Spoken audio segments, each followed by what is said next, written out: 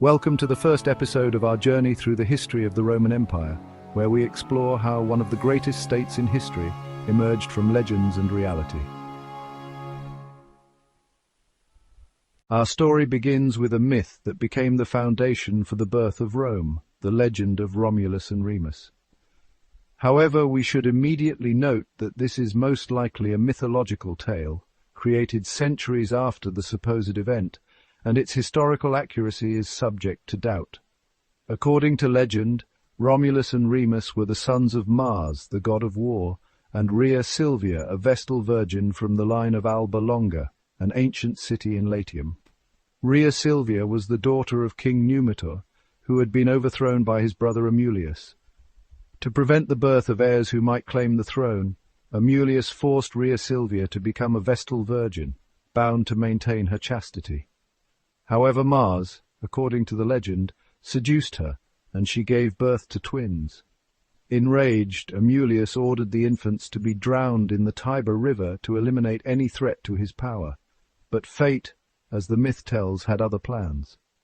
Romulus's servants placed Romulus and Remus in a basket and threw it into the river.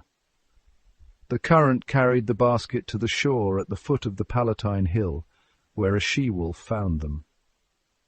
This she-wolf, an embodiment of divine protection, nursed the twins with her milk in a cave known as the Lupercal. Later, a shepherd named Faustulus discovered the infants, took them in and raised them together with his wife, Acca Laurentia, who is sometimes called the she-wolf, metaphorically because of her care. Romulus and Remus grew up among shepherds, learning survival and leadership skills. They were strong, brave, and charismatic. When they reached maturity, rumors about their origins began to surface. Local residents suggested they might be of royal descent. This inspired them to return to Alba Longa, where they learned the truth about their grandfather Numitor and their uncle Romulus. Together with a group of supporters, they overthrew Romulus, restoring Numitor to the throne. After these events, the brothers decided to found their own city. They chose the site along the Tiber River where they had been saved earlier. However, a dispute over precisely where the city should be located and who would rule it led to tragedy. Romulus wanted to build the city on the Palatine Hill, while Remus preferred the Aventine. To resolve the dispute, they decided to observe the flight of birds, a Roman method of divination known as auspicia. Romulus saw 12 vultures, which, in his view, was a divine sign, while Remus saw only 6. This difference intensified their conflict, and in a moment of tension, Romulus, according to legend, killed Remus, declaring, "So perish anyone who leaps over my wall." Thus, Romulus became the sole founder and first king of Rome in 753 BC. Archaeological excavations confirm that around this time a settlement indeed appeared on the Palatine Hill, but Romulus and Remus as historical figures remain mythical. Rome was located on 7 hills, the Palatine, Capitoline, Quirinal, Aventine, Celian, Esquiline and Viminal, in the region of Latium on the western coast of Italy along the Tiber River. Each of these hills played its own role in the life of the city, and their location gave Rome unique advantages, which we will explore in detail. The Palatine Hill, the most central and highest, is considered the place where, according to legend, Romulus founded Rome, and it became the center of early settlements due to its natural protection and visibility. The Capitoline Hill, on the other hand, was a religious and political center, where the Temple of Jupiter was later built, symbolizing Rome's power and protection. The Quirinal, Aventine, Celian, Esquiline, and Viminal hills served as residential areas, agricultural lands, and sites for fortified settlements, allowing for the distribution of population and resources. These hills not only protected against external threats, such as floods or invasions by neighboring tribes, but also created natural barriers that facilitated defense. The Tiber River, flowing through Rome, was not just a natural boundary, but also a vital trade route.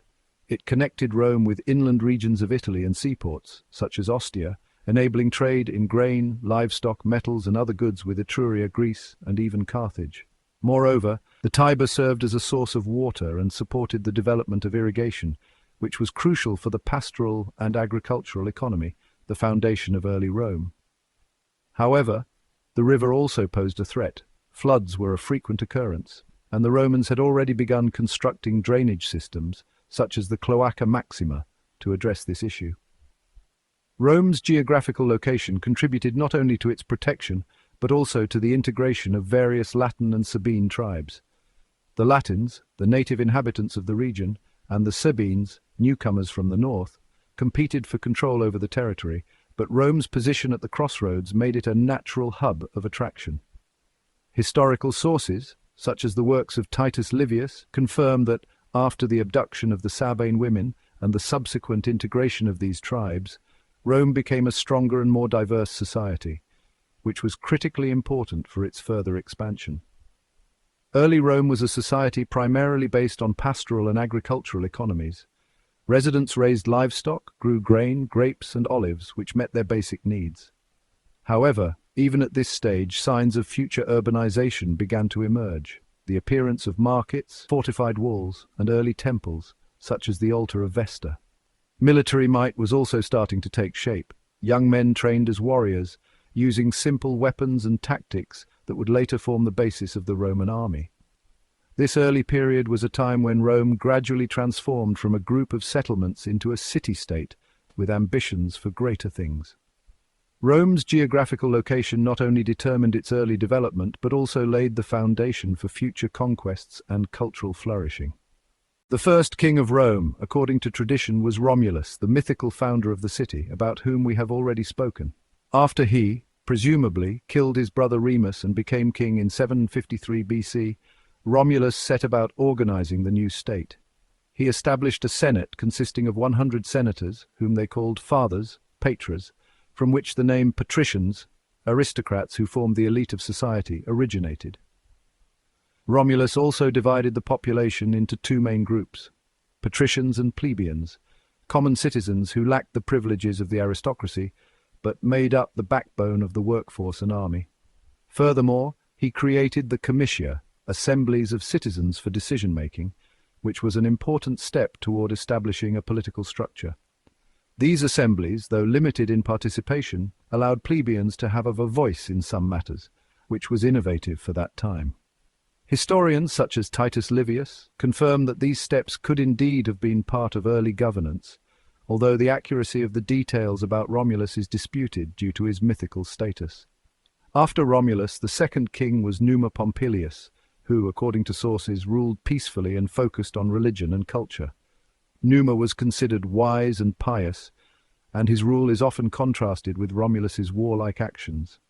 He introduced religious reforms, establishing festivals such as the Terminalia and Lupercalia, which celebrated fertility and purification. He paid special attention to the cult of Vesta, the goddess of the hearth, by creating a temple and appointing Vestal virgins, priestesses who maintained the sacred fire as a symbol of Rome's safety. Numa also introduced a calendar consisting of 12 months, which became the basis for Roman timekeeping. Although some details of his reign may be exaggerated, archaeological finds, such as the remains of sanctuaries and festival sites, confirm that religious life during this period was indeed developing. Next came Tullus Hostilius and Ancus Marcius, who focused on expanding Rome through military campaigns. Tullus Hostilius, the third king, was known for his aggression and waged wars against neighboring tribes such as the Albans and Sabines, expanding Rome's territory and strengthening its military position. His reign was marked by the construction of fortifications and the reinforcement of the army. The fourth king, Ancus Marcius, continued this policy, conquering lands along the Tiber and building the first bridge over the river, known as the Pons Sublicius, which improved transportation and trade. Historical sources and archaeological evidence, such as the remains of fortifications and roads, confirm that Rome was actively expanding during this period, although the precise details of their reigns may be embellished. The fifth king, Servius Tullius, was perhaps the most progressive of all. He introduced the centuriate system, which classified citizens by their property for military service and voting, making governance more organized and, to some extent, more inclusive. This reform allowed plebeians to participate in political life, although their influence remained limited within the patrician society. Servius also expanded the city walls, known as the Servian Wall, and conducted a census of the population, which was a revolutionary step for tracking resources and demographics. His reign is considered a turning point, as he laid the groundwork for the future republican system, where wealth and service became criteria for political influence. Historians, such as Dionysius of Halicarnassus, praise him for these reforms, although some details may have been added later to enhance his significance. Tarquinius Superbus, or Lucius Tarquinius Superbus, the last king of Rome, ruled from 534 to 509 BC, and his reign marked the final chapter of the monarchical era and catalyzed the transition to the Republic. Lucius Tarquinius Superbus, known as Tarquin the Proud, was the son or son-in-law of the previous king, Tarquin the Elder, of Etruscan origin, which itself created tension among the Romans, as they viewed the Etruscans as foreigners. He came to power after the death of Servius Tullius, his father-in-law or predecessor, whom, according to some sources, he eliminated through conspiracy or violence. Historical sources, such as Titus Livius and Dionysius of Halicarnassus, describe him as an ambitious and cruel ruler who sought absolute power, which clashed with the traditions of Roman monarchy that assumed a balance between the king and the Senate. The reign of Tarquin the Proud was marked by extreme cruelty and the suppression of opposition.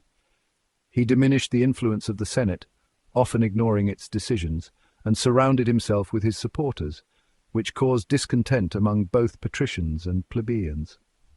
He imposed heavy taxes to fund ambitious construction projects, such as fortifying Rome's walls and building new temples, but these projects were perceived as demonstrations of his personal power rather than concern for the people.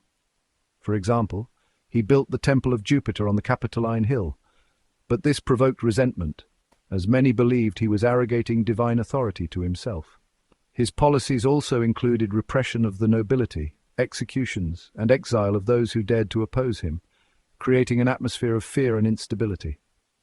The culmination of this discontent came with the event known as the tragedy of Lucretia. Lucretia, the daughter of the patrician Spurius Lucretius and wife of Lucius Tarquinius Collatinus, was an example of virtue and honor in Roman society. According to legend, Tarquin the Proud's son, Sextus Tarquinius, seduced and then raped Lucretia, threatening her with death and disgrace.